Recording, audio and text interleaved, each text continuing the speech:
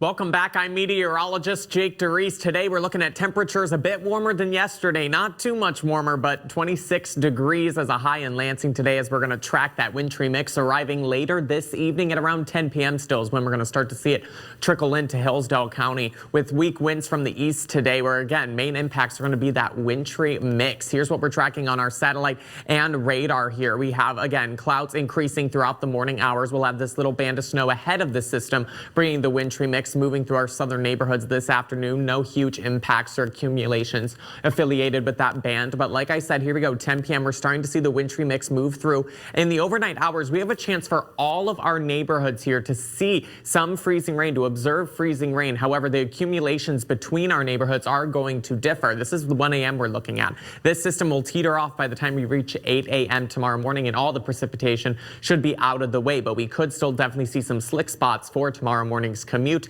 That is definitely the timing we're looking for. Let's look at ice potential here, the accumulating freezing rain that we're looking at. Mainly here we're looking at Hillsdale County to see up to a tenth, maybe even a little over a tenth of an inch of ice. That doesn't sound like a lot, but when it comes to ice on roads, it can cause some pretty big problems. You can also see a tenth of an inch getting into places like Grass Lake and Brooklyn as well. Areas of Jackson also has potential to get up to a tenth of an inch as well. With more areas here in Eaton, Ingham, and Clinton, they could still observe some freezing rain. However, their accumulations are going to be in the hundredths of an inch, so nothing too crazy. They could still see slick spots though for tomorrow morning, so make sure you're staying weather aware throughout all of our neighborhoods tomorrow. Let's look at our temps through the entire event. By 10 p.m. tonight, we're looking at temps below freezing, but they're going to start to gradually rise as we head into 5 a.m. You can already start to see southern neighborhoods in the upper 20s, northern neighborhoods in the mid 20s. Getting into about 11:45 a.m., we're going to have temperatures rise already above freezing, 33 degrees. That means whatever does fall, we can have those road crews get out there and take care of it